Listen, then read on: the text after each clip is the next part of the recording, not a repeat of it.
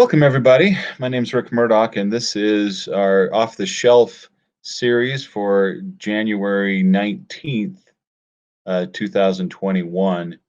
Um, our first of the year, and we're grateful that you take the time to come check this out. You may notice that there aren't other participants on this call right now. That's because we had this session earlier, and I forgot to hit record. So I'm going to recreate the session for those of you that weren't able to join us live, so that you can see what we talked about, and hopefully we'll do okay. Um, I'm Rick Murdock. I am a leadership and organizational development specialist with the state of Utah. DHRM is my agency. I work with a team of basically trainers, and we do a lot of leadership stuff. And I've got my email address there because I'd love to be able to interact with you. If you have any questions, or if you'd like to chat about these concepts further, or if you have anything else you'd like to address with me, I'd love to interact with you. So jot it down, rsmurdock@utah.gov, and feel free to hit me up anytime. Um, Today's topic is change. We're going to talk about change. I think, let's see. Oh, I'm at the end. Hold on, let me get to the front here. There we go. Today's topic is change. We're going to talk a little bit about change and I think it's a fitting topic for this time of year, beginning of the year. We've got lots of things going on. Yesterday was Martin Luther King Jr. Day. Tomorrow's the inauguration, and changes are upon us. And the fact is, change is the only permanent thing in this world, and we're dealing with it all the time. This isn't news to you. This is one of those yeah, duh things that one of the Greeks came up with, and in fact, it's a product of living in time, isn't it? It's a product in living where the past is defined and we know what the present is, but we have no idea what the future is. When the future is not defined and we're careening towards it, change is constant. And the fact is, we're really kind of always moving toward, including the universe. Everything is moving toward, um, sometimes slowly, sometimes at a breakneck speed. Uh, that final state of entropy, where everything is spread out and broken down. Our natural inclination, because we're part of nature, is to gradually decline into disorder. And that's what change is. That's the challenge of change, isn't it? We've talked about change before in an off-the-shelf offering by J.J. Acker, end of summer, I think.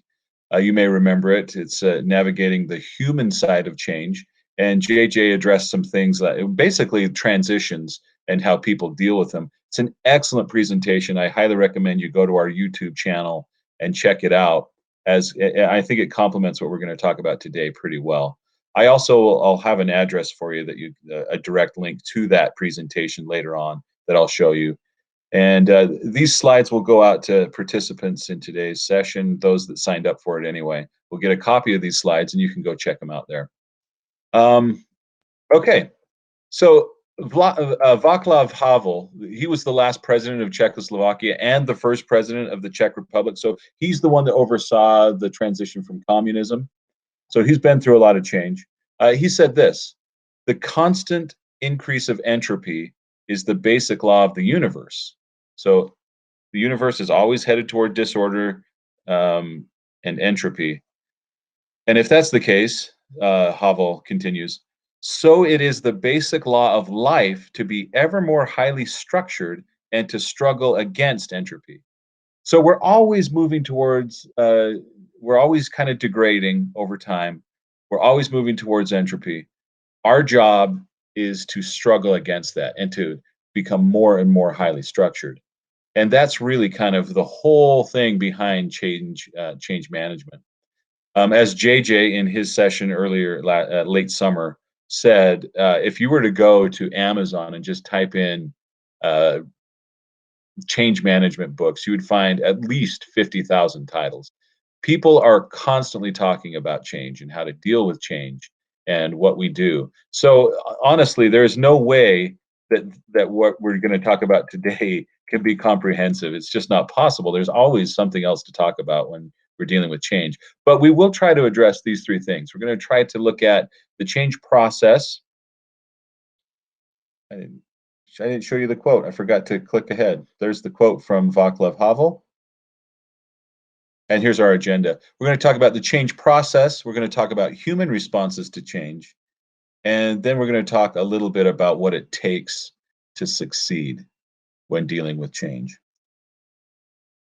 Um, if you wouldn't mind, just come along with me. I've got a couple of polls that I'd like you to participate in.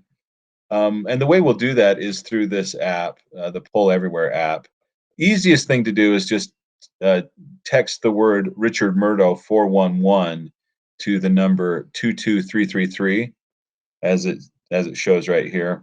Richard Murdo 411. Text that word to this number, and you can participate in the poll. If you don't have your cell phone handy, you can go there on a web browser, just pollev.com/richardmurdo411. Or if you've got your phone there and don't want to text, you can point your camera at this QR code and it'll open it up in a browser. The easiest thing to do to participate is to go here. Let's just test that out, shall we? In order to test this poll thing, just take a second to think about this. In one word, describe how you feel when things change. You can send multiple texts, but just one word per text, please. Just a word that describes in your mind how change feels. Let's let those come in for a second, and then we'll go take a look at what the results are.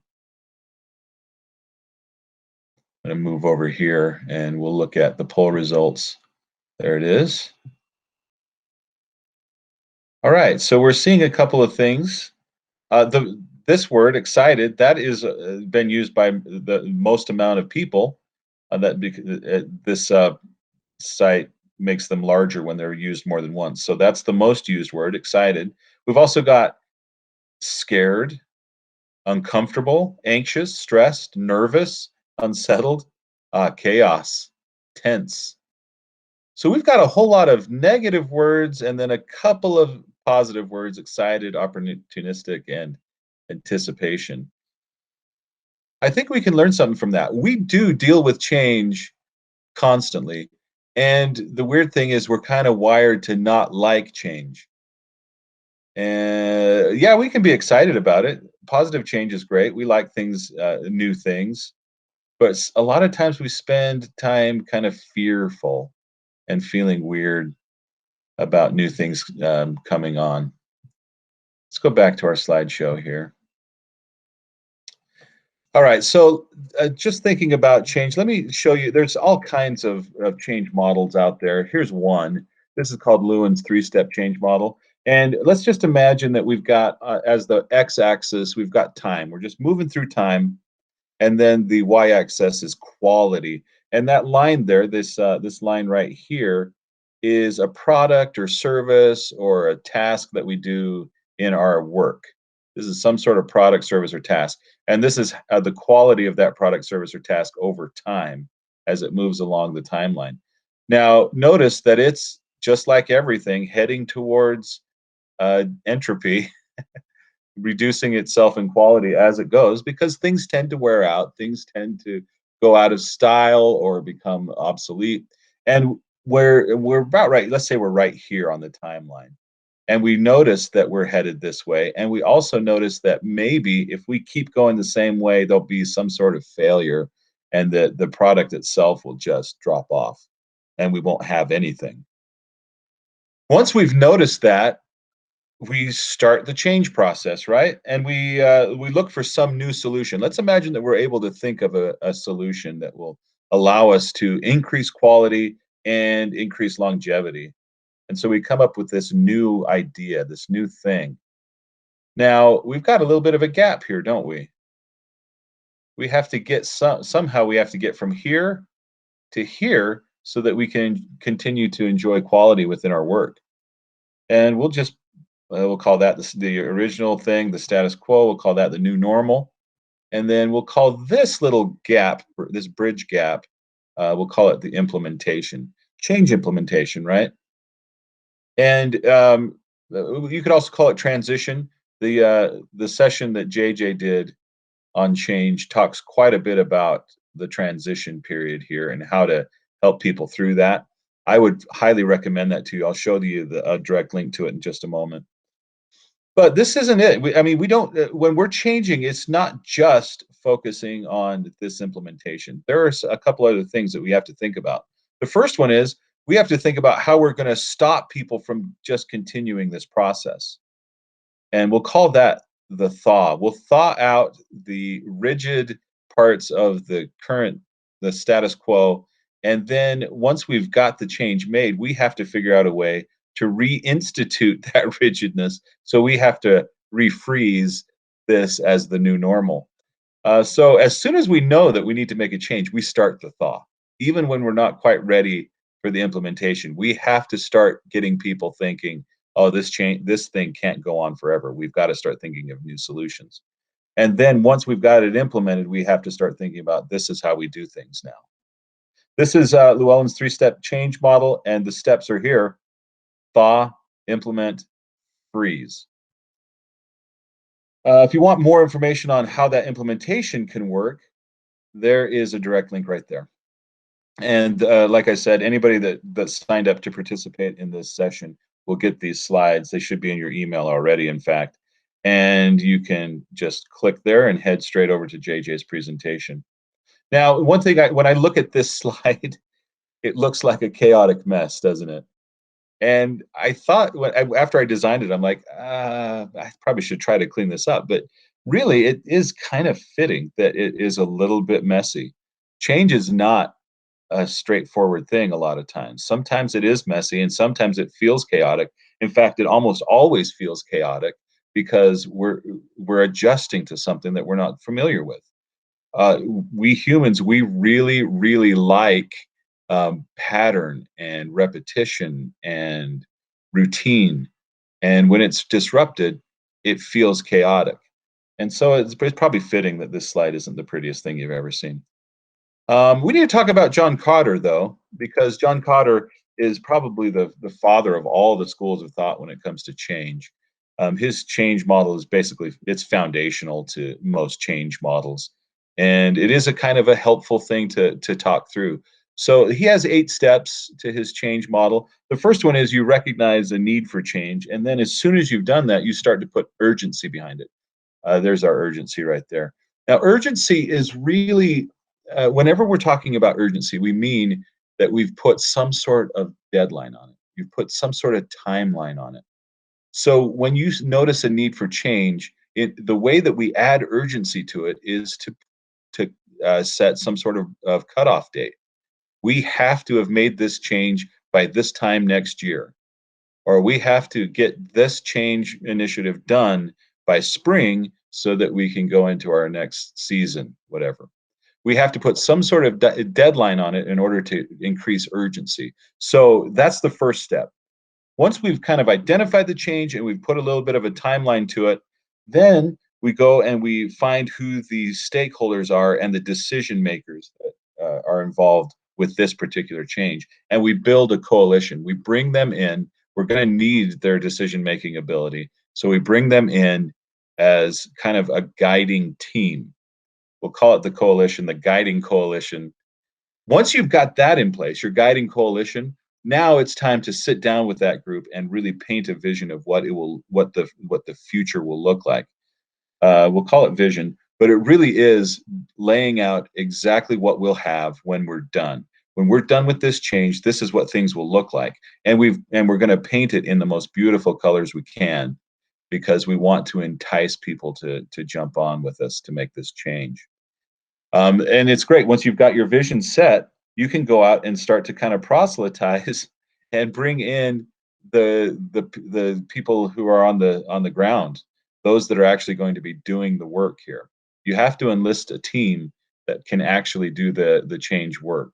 Now, it may include some of the people in your coalition, but this is folks that are going to embrace the change and actually do the change and actually be affected by the change. You enlist them to help you bring forth the change. Part of that includes empowering them to actually make changes.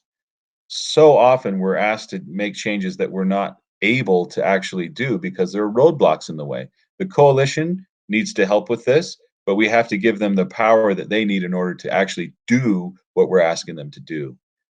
And then once we've given kind of cleared the way, so there's a clear path towards the change, um, at that point we set incremental goals and really achievable goals that we can continue to celebrate. Now, the reason we do that is because there's chemicals in our brain that are released with certain things. When we have a small victory, we get a little bit of dopamine, and dopamine, for some reason, helps tamp down the other chemicals that would make us quit. There are chemicals that come up when we're stressed or we're feeling weird or we're feeling like, oh man, it's too much, that just make us quit doing things and stop us from achieving change. If we can put a little bit of a goal so that we can have victories along the pathway and celebrate those victories in some fashion. We'll get that dopamine hit that will just suppress the rest of the hormones that would make us quit, and we'll keep going. Wins along the way are really important to achieving our goals. And so we have to build that into the change process, just a little bit of a celebration as often as we can. And once we've done that, then we sustain the change. We implement the change and we make sure that it has longevity. Again, that kind of goes back to the three-step model I just showed you, where we refreeze the new normal. That's not to say that the new normal stays forever. It's obviously also degrading, but at some point will change again. But we will freeze it in place for as long as it's useful. And then obviously all of this is to implement change. That's Cotter's model, and I think it's a helpful model. It really is because it puts it in the right order. We've identified the change. We make it urgent by adding some deadlines to it. We build our coalition of decision makers. We paint a vision using that coalition. Then we get the people who are actually going to be doing the change. We empower them to make the change. We set some early and often victories, and then we keep it sustained. Pretty simple, pretty straightforward, but that's really how it's done. And I think successful change generally will hit each of these markers, whether they're intentionally doing it or not. All right. So, with that in mind, it is important for us to take a moment every so often and really look into the future, look at our current state, and see what it is that we need to change. I'm going to give you 30 seconds right now to think about what will be different for you in the next 5 years. And then maybe you can use that as a basis for having a planning session for how you're going to accomplish it. Think about what will be different for you in the next 5 years. I think it's best to think about it in terms of, in positive terms, like things will be great for me in 5 years, and here's how, here's why. Take 30 seconds and think through that for a moment.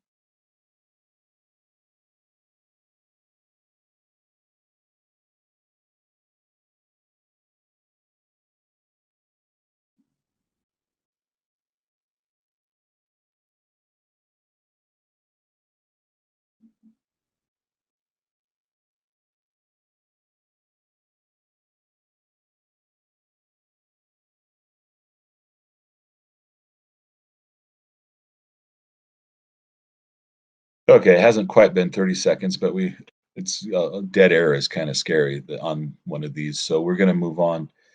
Hopefully, you were able to think of some things that might be different for you and use that as a basis for how you're going to plan to get there. I think it's really helpful every once in a while to take a step back and really think about what you want. We're a lot of times we careen through life just reacting to things as they come, but it is a nice thing to plan. And although our plans sometimes don't work out, it's nice to have those plans in place anyway. So let me encourage you when we're done with this particular session, find some time and really think about the next 5 years for yourself. Where do you want to be? What do you want to do? And how are you going to implement change to make that happen? Who is your coalition? Who are the people that you need to enlist? What is the vision of it? What are the roadblocks? And how can you set some goals that will help you along the way? All right. Now, we have to think about this because this is reality. When change comes, there almost always is some kind of resistance. Why don't we yeah, let's do this. To that same number, 22333, why don't you text me a word or a phrase that indicates why people resist? There's always resistance to change, always. Why? Let's go take a look at that. Let's see how what we see when they come in.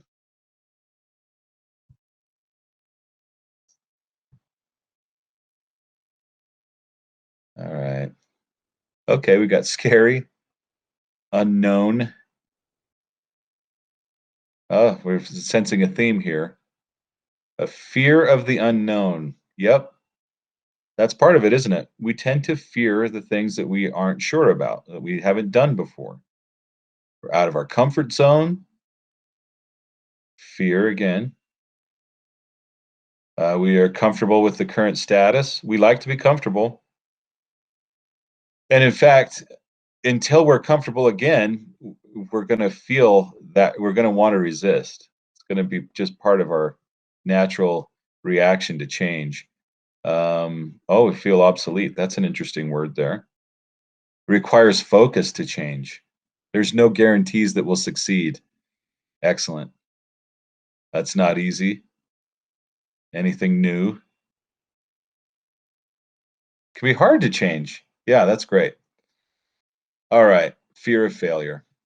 Yeah, all of these reasons and anything that kind of is adjacent to those reasons are reasons that we resist.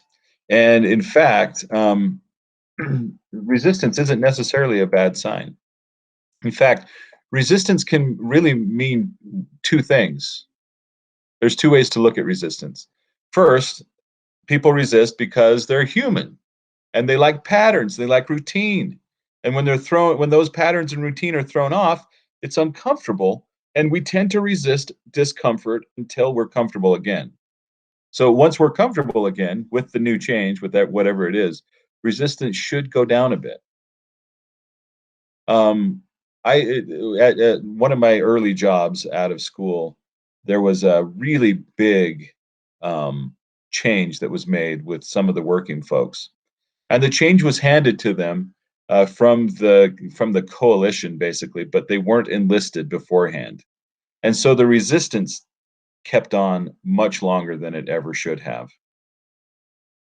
We have to make sure that we're enlisting folks so they can get comfortable as quickly as possible. Now, that's not to say that we don't want people pointing out flaws in our logic when we're making changes. We want that. And in fact, like I said, resistance actually is a good sign. Resistance is a good sign because, uh, first of all, it shows that people have actually heard that the change is happening and believe that it will happen. Resistant employees are, by definition, aware of the coming changes. This means they receive the message, know how it affects them, and they believe that it actually is going to happen.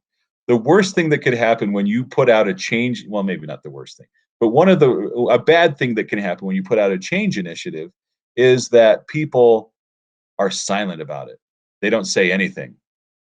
That's probably, if that happens, if you don't get the pushback and you just don't hear anything, chances are your folks don't believe that that change will actually happen, that they are just going to wait it out. The resistance comes when they know it will actually happen. And the best tool for actually bringing people along and helping them reestablish their comfort level is communication. Transparent communication will go so far in helping people through their resistance. And when you're trying to get something changed, just expect resistance, make it part of the process. Embrace it because that is where the best learning comes from. People will point out all of the flaws in your logic, and it also means that people believe it's actually going to affect them. And so it means it's working. Like I said, communication is our best tool to help with resistance.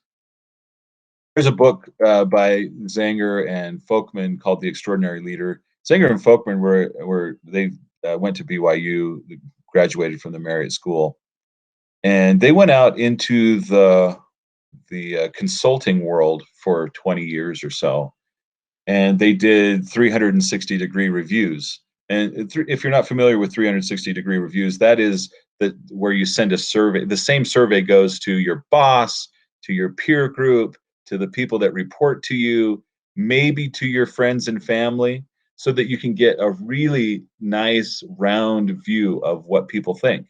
You can get a nice view of yourself because people are looking at you from lots of different angles and telling how they see you.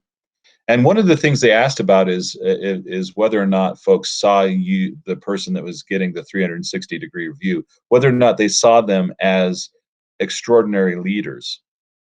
And Zenger and Folkman, after 20 years of doing this, realized that they had just a mountain of data that indicated what it takes to be an extraordinary leader. And so they started calling through it, and they found that there were 16 competencies, one of which is the ability to powerfully and prolifically communicate.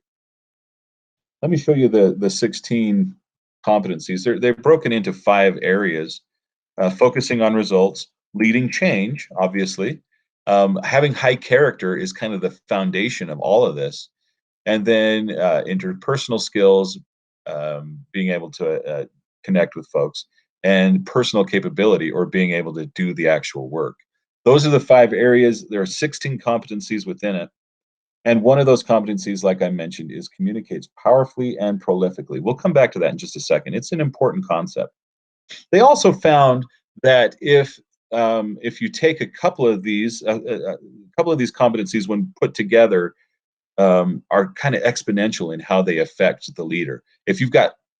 You don't have to have all 16 to be thought of as an extraordinary leader. You need to have a handful. But if you have a couple of them, they tend to magnify each other. For example, driving for results and inspiring others builds relationships. Driving for results and builds relationships work together in a way that really changes. So driving for results, your chances of being thought of as an extraordinary leader is about 14%. Builds relationships, it's about 12%. You put them together, it's not like combining the two to 26%. It's actually 72% that if you can do both of these things, you'll be thought of as an extraordinary leader.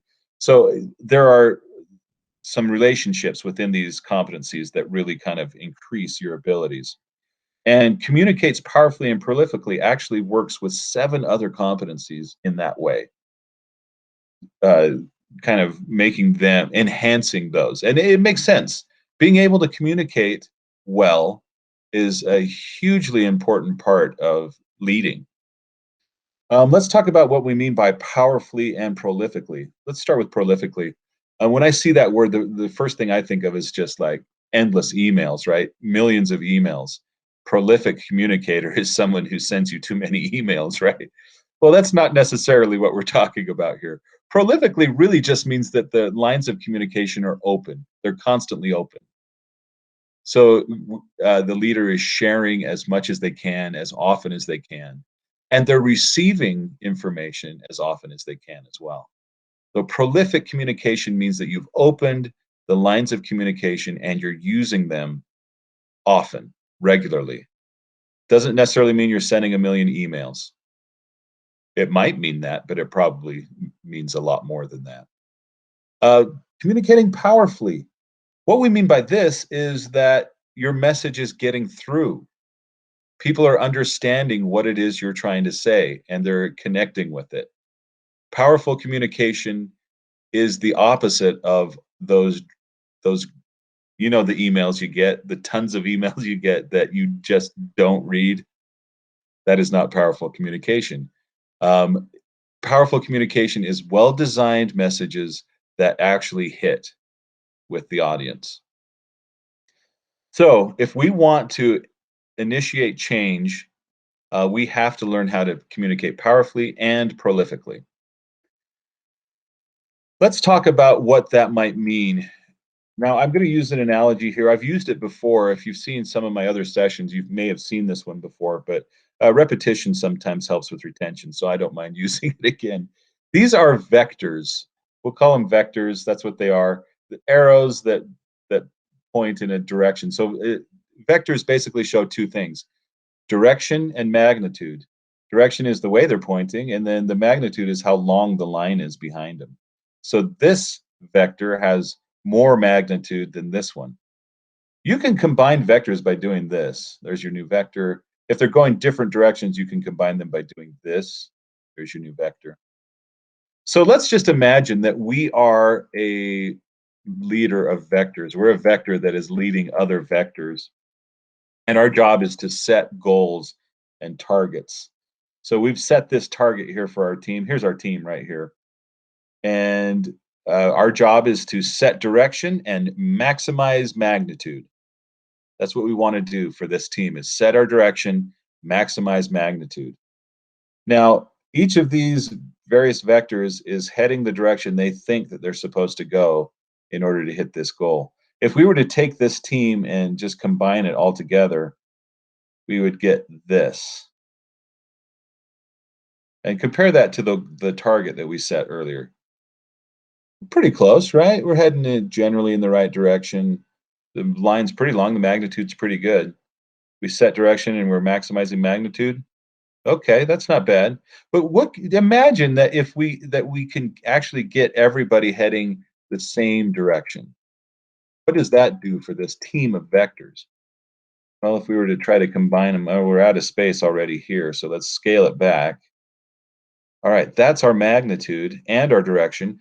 Don't have the target there, but you can imagine that it would have gone right through the target. We would have hit it perfectly. Let's compare it to that first team. There's a difference if we can get people, vectors, we can get people going in the same direction. There is some real potential for maximizing magnitude, so to speak. Let's imagine this team. What's going on with this team? What's the magnitude? Yeah, we've got vectors that are too focused on each other or completely ignoring each other. They're not focused on the goal. They're not heading in the same direction. They are focused on each other. And when that happens, we tend to lose out on magnitude. Um, as you can see, if you were to calculate this team's magnitude, it would be near zero. What about this team?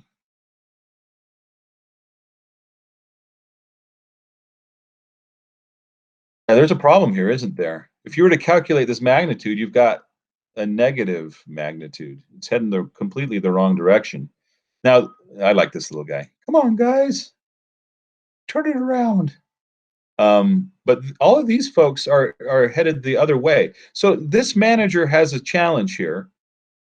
The first thing I might do if I were the leader, I might take a step back and see if I'm actually setting the right direction. Maybe this team knows better than I do. And maybe the direction they're going is the right direction and I'm mixed up.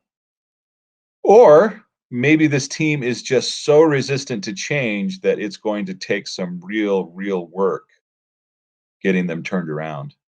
If I were doing it, I would probably go to each individual and paint the vision. Paint the vision, show them where that target is, each individual. And I would definitely open the channels of communication and make sure that the communication is coming to me as easily as it's going between these folks. This is a challenge. This would be a challenge.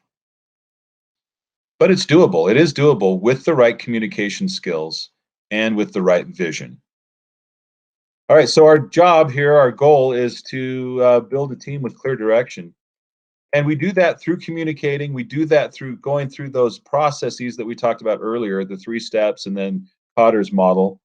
And now I need somebody.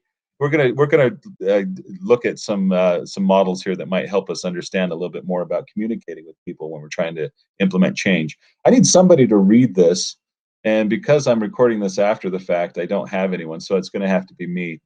But take a look at it as you watch and see if you can read along. In fact, try to read a little bit of it right now before I even start. At first glance, it looks overwhelming, but just try. Okay, so you're seeing what we're doing here. Let me read it. I couldn't believe that I could actually understand what I was reading. The phenomenal power of the human mind.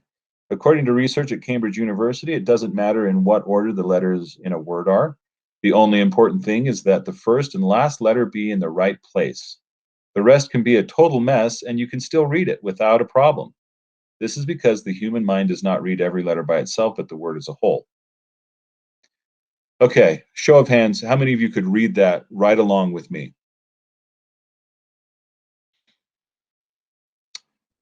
Yeah. So there's some things that we can learn here. First of all, when we first glanced at it, it looked like a convoluted mess. It looked like something that there's no way we could possibly do that. But something about it lent itself to us being able to figure it out quickly and almost automatically. Let's think for just a moment if we had asked somebody that can read English phonetically but doesn't understand English. If we asked somebody that had that skill set to do this, how would they have done? Not well, right?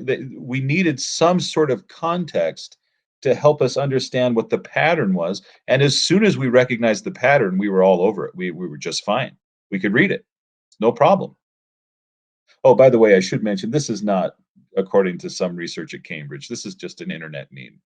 I don't know why they always have to like give false authority. It undermines the whole thing. But the illustrations are still good. We bring our context into situations. We bring our context with us.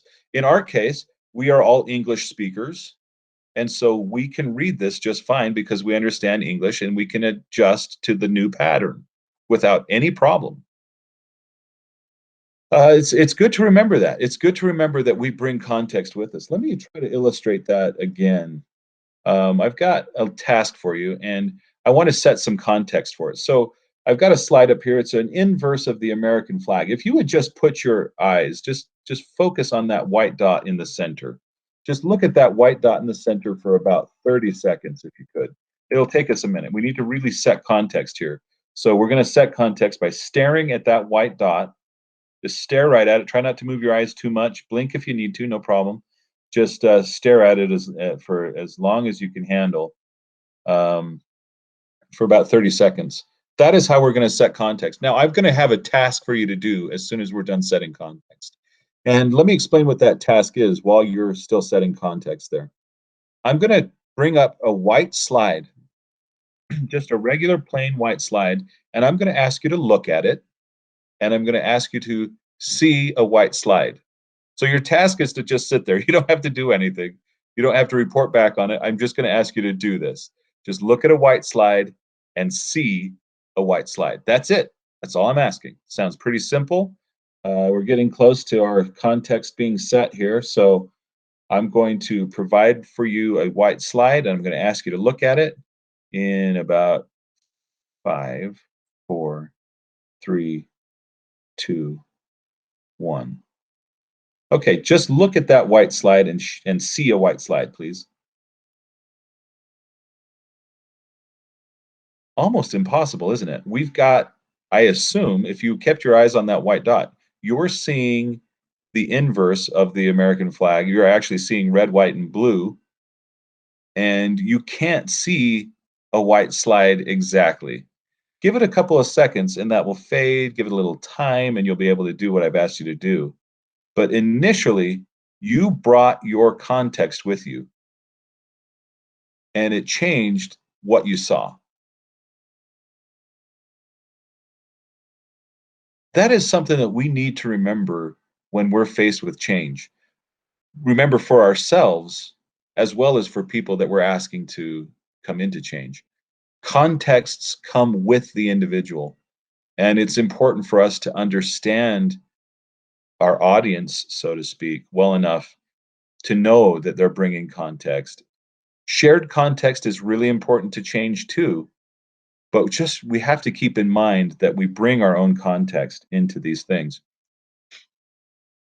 All right, let's talk about one more thing. This is the DICE model, and I think this is helpful to us as we go to initiate change.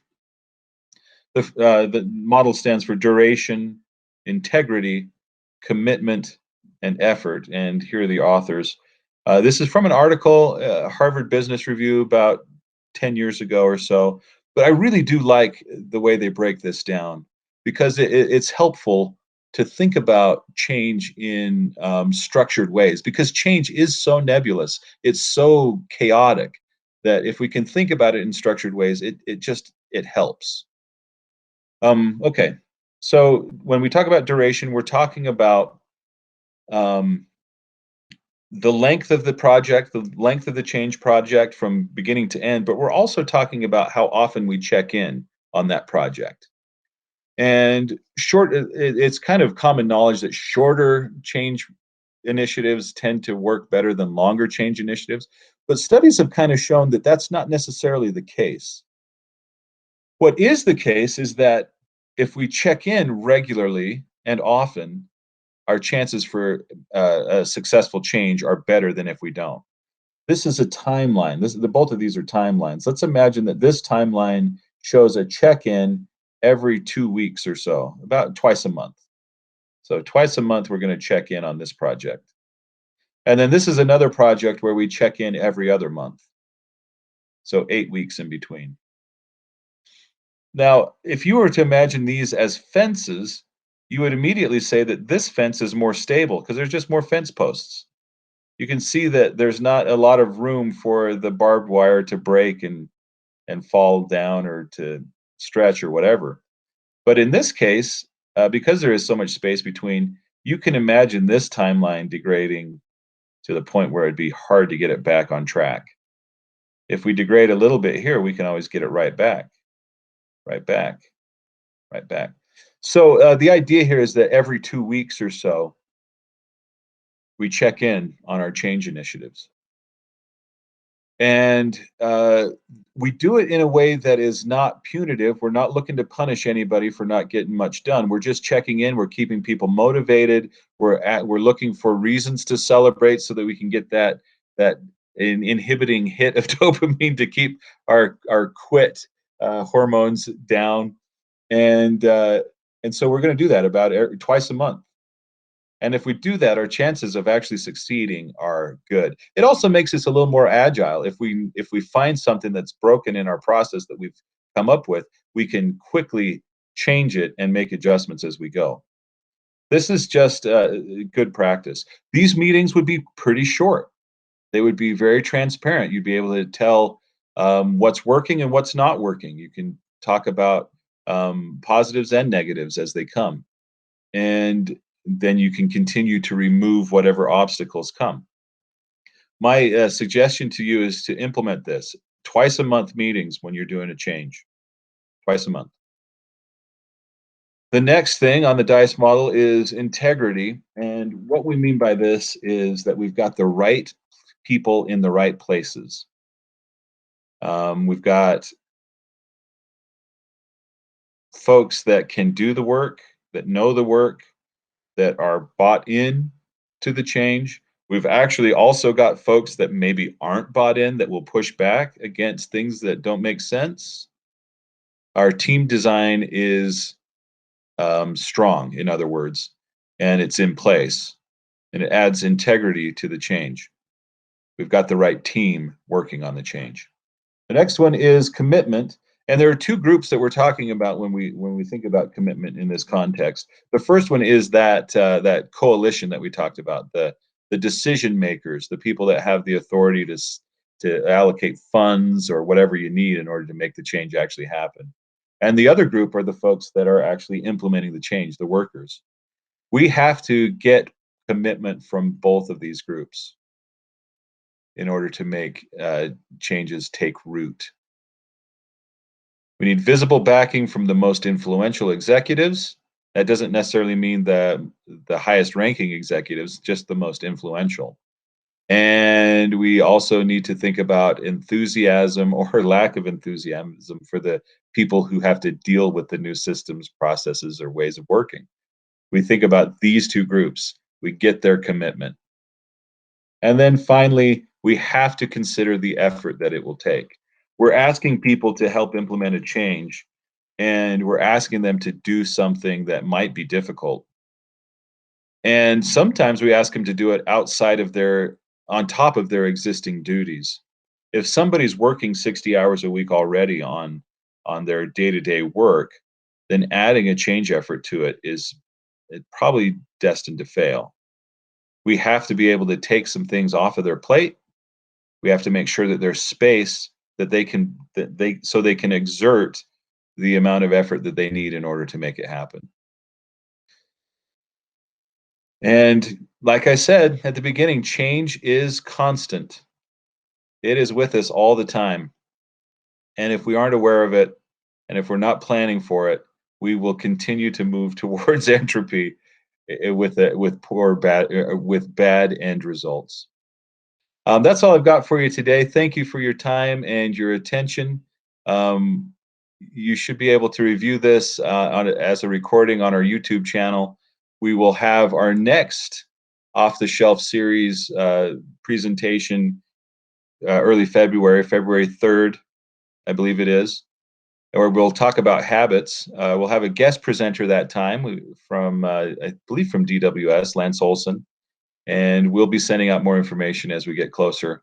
Thanks for your time, your attention, and we will talk to you soon.